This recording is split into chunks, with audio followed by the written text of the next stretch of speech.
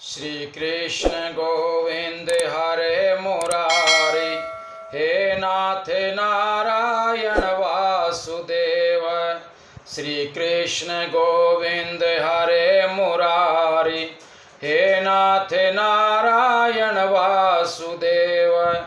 हे नाथ नारायण वासुदेव, हे नाथ नारायण वासुदेवा। आज हम आपको जो कथा सुना रहे हैं वो कथा अजामिल की ही है। कहाँ से प्रारंभ होती है ये सुनिए। जब भगवान विष्णु के पार्षद यमराज के पार्षदों को, यमदूतों को वहाँ से वापस भेज देते हैं और उससे आगे की कथा हम आपको सुनाते हैं कि हरि के पार्षद श्री लक्ष्मी नारायण के नाम का महात्म्य वर्णन कर रहे हैं यमराज के दूतों के आगे। ये कथा सुने। श्री सुखदेव जी बोले कि हे परीक्षित, यमदूतों के द्वारा अजामिल के पाप कर्मों का वृतांत सुनकर के श्री हरि के पार्षदों ने इस प्रकार कहा कि हे यमदूतों, अब हमें ज्ञात हुआ है कि धर्मराज के यहाँ बहुत ही अंधेर है तथा किसी प्रकार का न्याय नहीं है। उसके दूत बिना अपराध के साधु संतों को कष्ट देते हैं। संपूर्ण पाप पुण्यों के ज्ञाता धर्मराज ही जब ऐसा अन्याय करने लग जाएंगे तो धर्म का क्या हाल होगा। धर्म को जानने वाले संसारी लोग किस प्रकार काम चलाएंगे। यदि कोई मनुष्य किसी की गोद में अपना मस्तक रख करके सो जाए और वह उसका मस्तक काट ले, अथवा माता पिता अपने ही संतान को जहर दे करके मार दें, तो उससे बचने का उपाय नहीं है। तुम लोगों ने श्री नारायण के नाम का महात्म्य नहीं सुना है। जो मनुष्य भूल से भी किसी भय या हंसी मजाक में भी श्री नारायण का नाम ले लेता है, उसके संपूर्ण पाप नष्ट हो जाते। इस अजामिल ब्राह्मण ने भी अपने मृत्यु के समय श्री नारायण जी का नाम लिया है, इसलिए इसके प्रताप से इसके अनेक जन्मों के पाप नष्ट हो गए हैं तथा ये वैकुंठ लोक जाने के योग्य हो गया है। श्री नारायण जी का नाम लेने के कारण पापों से छूट जाने के उपरांत अब ये दंडनीय नहीं रहा है। श्री नारायण जी के नाम से अधिक पापों को नष्ट करने वाला अन्य कोई प्रायश्चित ही नहीं है। श्री नारायण जी के नाम स्मरण से अधिक किसी भी तीर्थ, व्रत, जप, तप, यज्ञ, हवन अथवा दान का महात्म्य भी नहीं है। नारायण इस 4 अक्षर के नाम को जो मनुष्य अपने मुख से निकालता है उसे श्री हरि धर्म, अर्थ, काम, मोक्ष ये चारों पदार्थ दे देते हैं। बड़े बड़े योगी, ऋषि, मुनि तथा महात्माओं ने भी नाम का महात्म्य सबसे अधिक बताया है। जिस प्रकार किसी स्थान पर अनेक मनुष्य बैठे हुए हों तथा कोई आदमी किसी का नाम लेकर पुकारे तो वहीं उसकी ओर देखने लगता है, उसी प्रकार अजामिल द्वारा पुकारे जाने पर श्री नारायण जी ने इसे अपनी कृपा दृष्टि से देखा था। जिस प्रकार रोगी मनुष्य का रोग अनजाने में दवा खा लेने पर भी छूट जाता है, अथवा जिस प्रकार अग्नि की एक चिंगारी रुई तथा लकड़ी के पहाड़ को समाप्त कर देती है, बड़े बड़े ढेरों को समाप्त कर देती है, उसी प्रकार श्री नारायण का नाम लेने से अनेक जन्म के पाप भी नष्ट हो जाते हैं। श्री नारायण जी ने वेद में ये भी कहा है कि जो मनुष्य मेरा नाम लेते हैं मैं उसे कृतार्थ कर देता हूँ। जिस प्रकार वन में व्याघ्र की बोली सुनकर के हिरण भाग जाते हैं, उसी प्रकार मुख से नारायण नाम निकलते ही शरीर के संपूर्ण पाप भयभीत होकर के भाग जाते हैं। इसीलिए आप बोलते रहें, श्री कृष्ण गोविंद हरे मुरारे, हे नाथ नारायण वासुदेवा। श्री कृष्ण गोविंद हरे मुरारे, हे नाथ नारायण वासुदेवा। रामायण में भी बताया गया है, जब रावण ने जटायु का पंख काट दिया तो जटायु प्रभु श्री राम की राह देख रहा था कि प्रभु श्री राम से मिल करके, प्रभु श्री राम को बता करके मैं अपने प्राण छोड़ूंगा, प्रभु श्री राम के दर्शन करके ही मैं अपने प्राण छोड़ूंगा। तभी प्रभु श्री रामचंद्र जी उनके पास आए।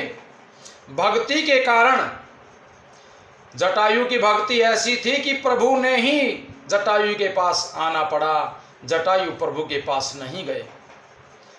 प्रभु श्री राम ने जटायु से कहा, जब सिर पर हाथ फेरा जटायु के, तब प्रभु ने कहा कि हे जटायु, आप अगर जीवित रहना चाहते हैं तो मैं आपको जीवित कर दूंगा। लेकिन जटायु ने कहा कि हे प्रभु, आपका हाथ मेरे सिर पर और मेरा सिर आपके चरणों में, ऐसा अवसर कभी नहीं मिलेगा, इसलिए मैं अब जाना चाहता हूँ, केवल आपकी राह देख रहा था। तभी प्रभु श्री राम ने जटायु से कहा कि आप मेरे पिताजी से जाकर के सीता हरण की बात मत बताना कि रावण सीता को उठा करके ले गया। रावण ही खुद मेरे पिता के पास जाकर के अपने कुल के साथ मेरे पिता को बताएगा। इससे क्या सिद्ध होता है कि प्रभु श्री रामचंद्र जी जिसको मुक्ति देते हैं, देखिए जटायु सीता जी की रक्षा करते हुए अपने प्राणों को त्याग गया और रावण सीता जी को हरण करके ले गया था। फिर भी रावण को अपने पिता का ही लोक दिया। जहाँ पर प्रभु श्री रामचंद्र जी के पिताजी जिस लोक में गए, भगवान के परम धाम को गए, उसी धाम में रावण को भी पहुंचा दिया। देखिए, भगवान से बैर करने वाला भी भगवान के धाम पर पहुंच जाता है, भगवान से प्रेम करने वाला भी भगवान के धाम पर पहुंच जाता है। लेकिन सच्चे भाव से भगवान से बैर भी करो या प्रेम भी करो, सच्चे भाव से करो, भगवान उसे अपने धाम को पहुंचा देते हैं। इसी तरह से अजामिल ने अंत समय में प्रभु का नाम लिया, चाहे वो गलती से भी ले लिया, अपने पुत्र का नाम लिया, लेकिन प्रभु ने उसे अपने धाम में पहुंचा दिया। जब ये 12 वर्ष अजामिल के पूरे हुए तो उसके बाद अजामिल को अपने धाम में पहुंचा दिया। हे परीक्षित, श्री हरि के पार्षदों ने इस प्रकार के वचन कहकर के यमराज के दूतों को वहां से निकाल दिया। उस समय श्री हरि के चतुर्भुजी पार्षदों का दर्शन करने से अजामिल के हृदय में ज्ञान और वैराग्य की उत्पत्ति हो गई।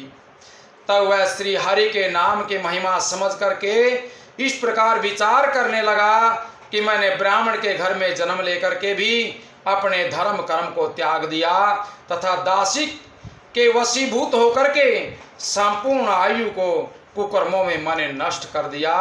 इस समय यदि ये साधु पुरुष नहीं आते तो यमदूतों के हाथ से मेरा बचना कठिन था, मैं नरक में जाता, न जाने वे मुझे कैसा दुख देते। इसलिए अब मैं जिन श्री नारायण के नाम के प्रताप से मेरा कल्याण हुआ है, उन्हीं का स्मरण करके अपने जन्म को सुधारूंगा। इस प्रकार अजामिल जब अपने हृदय में पछताने लगा, तब श्री हरि के पार्षद वहां से अंतर्ध्यान हो गए। वेदों में, शास्त्रों में बताया गया है कि संत लोगों की सेवा करना, उनकी संगति का जो फल है, उनकी संगति में जो रहता है उसका फल तुरंत मिल जाता है। भगवान की पूजा पाठ से, जप से फल कुछ समय के बाद मिलता है, फल जरूर मिलता है लेकिन कुछ समय के बाद भी मिलता है। और संत की सेवा का फल हाथों हाथ उसी समय मिल जाता है। हे राजन, श्री हरि के पार्षदों के दर्शन के प्रताप से अजामिल को 12 वर्ष की आयु और मिल गई। तब वह अपने मन को संसारी माया मोह से विरक्त करके हरि द्वार में जाकर के सच्चे हृदय से श्री नारायण का स्मरण और ध्यान करने लग गया। जब उसे श्री हरि का ध्यान और तप करते हुए जब अजामिल का 12 वर्ष का समय पूरा हो गया, तभी अजामिल को वो पार्षद लेने के लिए आए। उसके बाद वह विमान पर चढ़ करके श्री हरि का कीर्तन करता हुआ बैकुंठ लोक में चला गया। इतनी कथा सुनाकर श्री सुखदेव ने कहा कि हे परीक्षित, इस प्रकार महापापी अजामिल ने धोखे से श्री नारायण जी का नाम लिया, परंतु उस नाम के प्रताप से उसे मुक्ति पद की प्राप्ति हुई। तब तो मनुष्य संसार से विरक्त होकर के श्री नारायण जी का जो भजन करता है, उसकी गति का तो वर्णन ही नहीं किया जा सकता। श्री नारायण जी का भगत कभी नरक में नहीं जाता, निश्चित ये समझ लेना चाहिए। एक बार की बात है कि एक नगर में एक ब्राह्मण देवता दोपहर के समय श्रीमद् भागवत कथा का गुणगान कर रहे थे और भजन भी कर रहे थे। उन्होंने अच्छा मंडप सजा रखा था, माइक वगैरह भी लगा रखे थे, और उस मंडप के नज़दीक ही जहाँ पर ब्राह्मण देवता कथा का प्रवचन कर रहे थे, वहाँ एक राजा का महल था। उस महल में वो कथा की आवाज़ पहुँच रही थी माइक के द्वारा। उस राजा ने मन में विचारा कि आज हम इस ब्राह्मण देवता को दंड दे करके आएंगे, यह हमें दिन में आराम नहीं करने दे रहे हैं, क्योंकि जब दिन में आराम करते हैं तो उस समय अगर किसी की आवाज़ सुनाई दे तो बहुत ही दुख होता है। और वेदों शास्त्रों में बताया गया है कि दिन में नहीं सोना चाहिए, दिन में सोने से आयु कम होती है। फिर भी वो राजा महाराज ब्राह्मण के पास पहुंच गए और उस कथा मंडप में पहुंचे। उसी समय भगवान के देव योग से एक घटना घटी। एक कौवा वहाँ से प्रसाद उठा करके, जो ब्राह्मण देवता के पास में किसी बर्तन में प्रसाद रखा हुआ था, वहाँ से उठा करके और अपनी चोंच में उठाने के बाद एक दीवार पर बैठ करके प्रसाद खा लिया और अपनी चोंच को दीवार पर रगड़ने लग गया। कौवे की आदत होती है। तभी उस ब्राह्मण के मुख से एक चौपाई निकली, घसी घसाई को क्या घसे लगा करके पानी, और तेरे मन में हमने ही जानी। ये बात राजा ने सुन ली।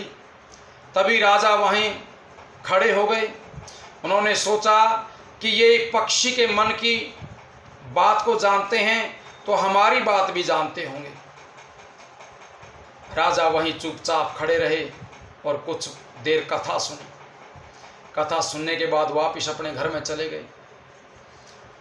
राजा के साथ क्या हुआ कि राजा की आयु जब 20 वर्ष की थी, उसी समय उसकी शादी हो गई, और 21 साल में जब 1 साल शादी को हुआ तो उसको एक पुत्र रत्न प्राप्त हो गया।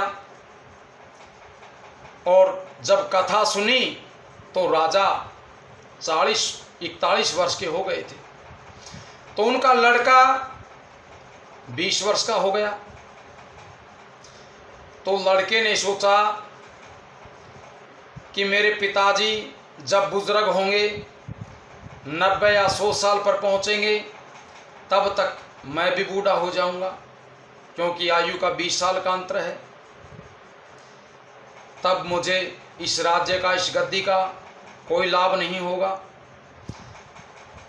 पहले राजा महाराजाओं के नाई हजामत बनाते थे, तो उस नाई के पास जाकर के उस राजकुमार ने कहा कि हे नेवकी, आज तुम हमारे पिता की जब हजामत बनाने के लिए जाओ तो कुछ ज़्यादा बना देना। उस नेवकी ने सोचा कि महाराज मेरे से ये काम नहीं होगा। तब उसने कहा कि आप चिंता मत करें, जब मैं राजा बन जाऊंगा तो आपको भी कुछ छोटा पद दे दूंगा, आपको बार बार किसी के हजामत बनाने की ज़रूरत नहीं पड़ेगी। उसने नेवकी ने सोचा कि यह लड़का अपने पिताजी को मरवा रहा है, अपना क्या जाता है, जब नेवकी हजामत बढ़ाने के लिए राजा के पास पहुंचे और अपने उस्तरे को पना रहे थे, पत्थर के ऊपर जोर लगा रखा था और उस नेवकी को पसीना आ गया घसते घसते कि कहीं राजा की गर्दन अधूरी न रह जाए, नहीं मरेंगे तो तुझे मरवा देंगे परिवार सहित। राजा ने जब देखा कि नेवकी अच्छा जोर लगा रहे हैं, पना रहे हैं, तभी उस राजा के मुख से वो चौपाई निकली जो उस ब्राह्मण ने कहा था, घसी घसाई को क्या घसर लगा करके पानी, और तुम्हारे मन में हमने ही जानी।